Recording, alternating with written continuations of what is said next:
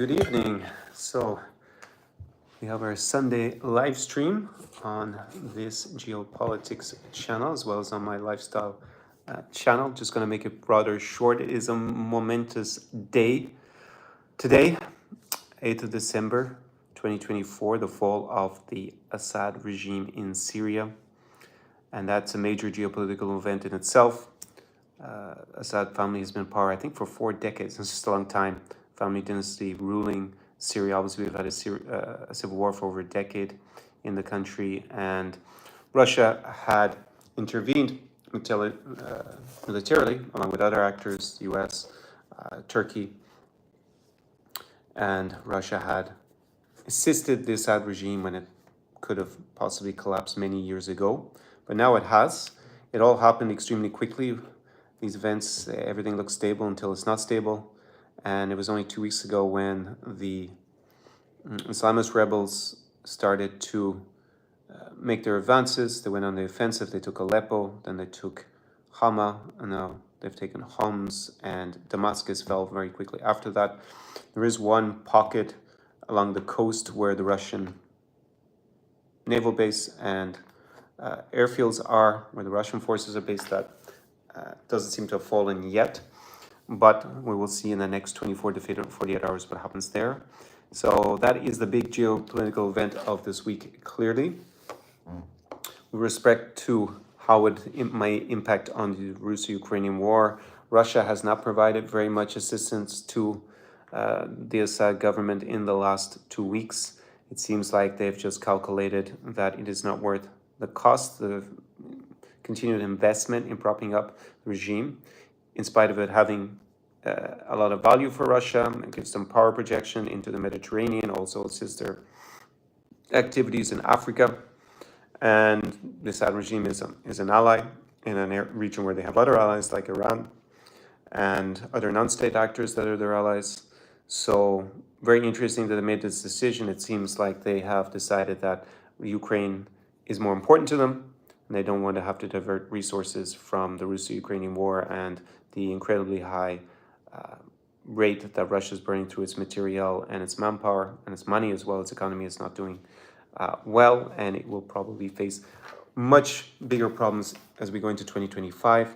It remains to be seen how long Russia can continue to prosecute this war as we go into the third year. We're coming up in 3 years. We're going into the fourth year of this hot phase of the Russo-Ukrainian war. The war started in 2014 with Russia's invasion of Crimea.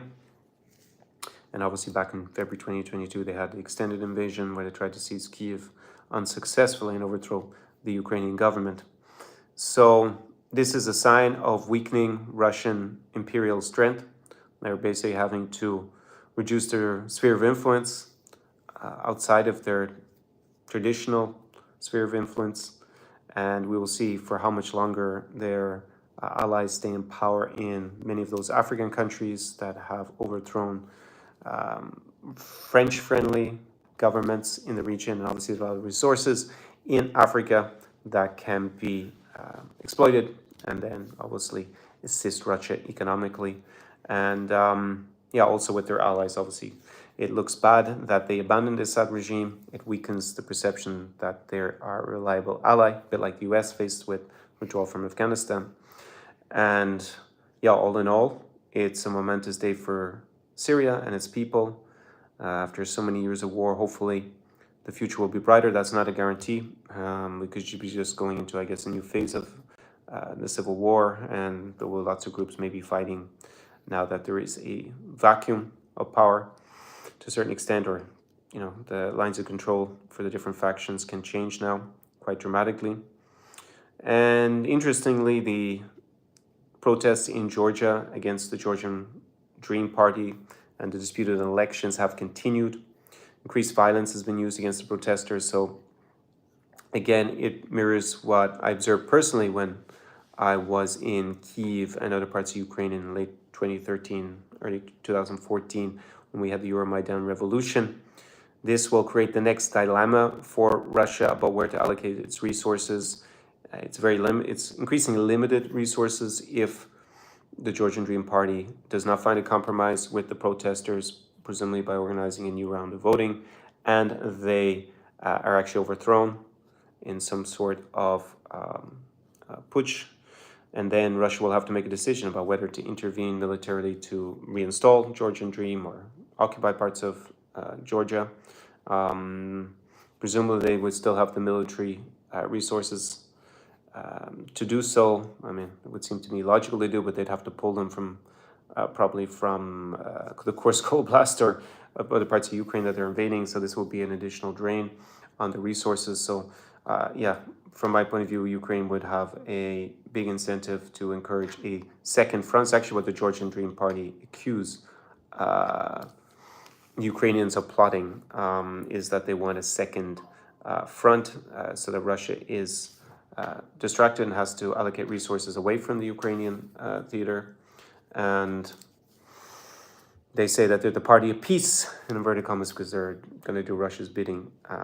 And obviously, we had recently them suspend the accession talks with the European Union. Georgia is now a candidate country for EU membership. The process normally takes at least 10 years to become a full member. And that is a huge disappointment for a lot of, especially younger, more urban and more educated Georgians. They don't want anything to do with Russia. They want to be in the European space and play a full part and become part of the European Union. And if they need protection, obviously NATO looks pretty attractive from that point of view. So that is potentially even, let's see, things move so quickly in Syria that maybe next week we're going to have big things happen in Georgia. It will be interesting to see. Top of that, obviously, we had Russia's economy and the crisis with the ruble. In the last week, it seems to have stabilized again to a certain extent, but we have to see what happens. Russia is just going to be under increasing economic strain. They're now spending 40% of the budget on the military and on basically internal security. So ever increasing rates of investment into the war, losing more and more treasure. They still have some of their sovereign wealth fund, but it is going to start to run lower and lower, especially the liquid part. They have a potential mortgage crisis emerging. So their economy, which is more or less a full employment because of the war and allocation of resources towards that, it's in a perilous state. It may go from looking pretty rosy on paper to in extreme distress, especially as the state and companies that supply the state in the military sphere start to become a bigger and bigger part of the economy. So that is one big problem. It's not for probably the next week, but maybe sometime in early to mid 2025 is like to become a major problem for Russia. Obviously, they have a manpower problem. They are no longer recruiting at the rates they have in late 2023. They were recruiting then close to 70,000 new soldiers per month, if you look at the figures. And now it's estimated to be 20,000 or less. So that's a huge drop off. And that is possibly why they were looking at getting soldiers from North Korea. Initially, 13,000 have been sent, apparently, and there are rumors that it will be 100,000, which would make more sense to me because that would be 10,000 a month, basically, for almost a year. And that would make up some of the shortfall. Russia is estimated to be losing now 40,000 troops a month. It doesn't look very sustainable if they are only recruiting, say, 20,000, even with 10,000 North Koreans. It's going to eat into the reserves. Of course, we don't know what the situation is fully on the Ukrainian side.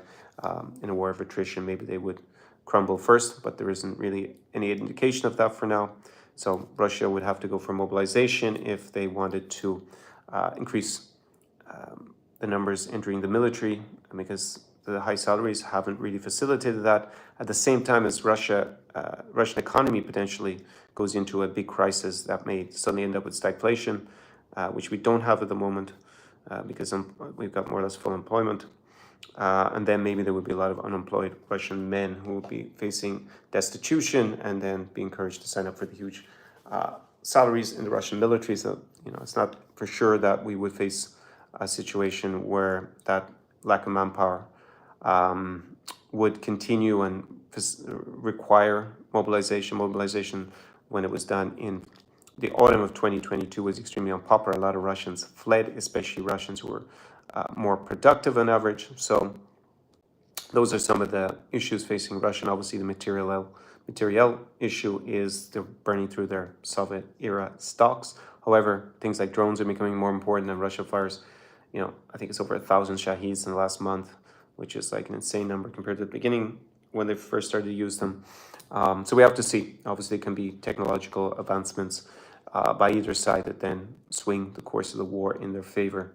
So there are my thoughts on this Sunday evening. Obviously, this is a new geopolitics channel, and it will take a good while longer to grow it. If you have some comments or questions, definitely drop them in there in the comments section. Also, if you're watching this on replay, and I will reply in due course. And definitely a very historic day for Syria. Hopefully, it's the beginning of a brighter future. And it just shows how quickly things can turn. It brought up some memories of the Prigozhin mutiny that failed, but all of a sudden there were troops heading towards Moscow, Wagner troops at the time, and he didn't seem to have the support within the elite to overthrow Putin at the time, and then they stopped, Lukashenko's behest with some hurried negotiations, and then Prigozhin himself and some of his commanders were killed in the months afterwards, if we're to believe they're actually dead, but we'll go with that for now.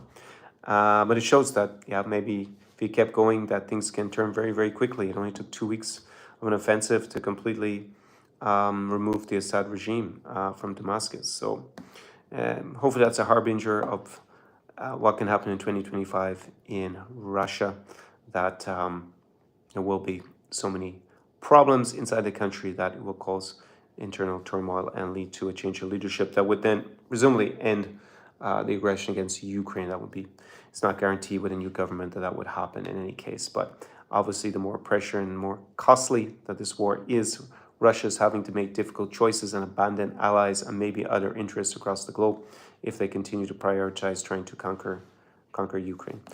And Donald Trump, I mentioned the inauguration. We're still 5 weeks away. It'll be very interesting to see what position Russia's actually in when Trump takes over. It looks like an increasingly weak position. Donald Trump, perhaps just by coincidence, was wearing a blue suit and a yellow tie, the colors of Ukraine, when he met with Zelensky and Macron yesterday in Paris. And I'll be curious to see what he actually ends up doing with respect to Ukraine, whether he tries to throw Ukraine under the bus. That seemed to be the general consensus when he was campaigning, but now maybe that he has actually won the election and will be inaugurated, he may decide to take a different tack. It'll also be interesting to see if Tulsi Gabbard is actually confirmed as head of the intelligence head. What is it? NSA, right? Because she's definitely a public personality and politician who has regurgitated so much pro-Assad talking points, never mind pro-Russian talking points, and director of national intelligence, that's the term. She's selected for the position, but she needs to be confirmed, and I think the fall of Assad may have another casualty, which is going to be her nomination for the position of director of national intelligence, which would be definitely a good thing from Ukraine's point of view as well. So I'll leave the live stream pretty short at that. Very exciting times we're living in the last few days with respect to Syria, and I think we will see very interesting developments in Georgia pretty soon. Either the protesters are the process will fizzle out, which almost happened in the Euromaidan protests, and then Yanukovych's Berkut managed to upset the public again when they beat up a lot of protesters, trying to remove them ostensibly to install the Christmas tree on Maidan in Kiev back in late 2013. So we'll see what happens, but with the increase in pressure on Russia's ability to operate outside its borders, it definitely bodes well for the chances of that being successful from the protesters' point of view, and Georgia returning to its succession process. And there were allegations, just a final point, that Ukraine was involved in the offensive in the beginning with special services in Syria. So perhaps this was a small Ukrainian victory as well. So I'll say that's it for this evening. And congratulations to the Syrian people. I hope that the near term and the long term will be a lot brighter as a result of Assad's removal. but we'll have to wait and see. Nothing is guaranteed. So, do побачення, and perhaps the next live stream I'll actually be back in Ukraine.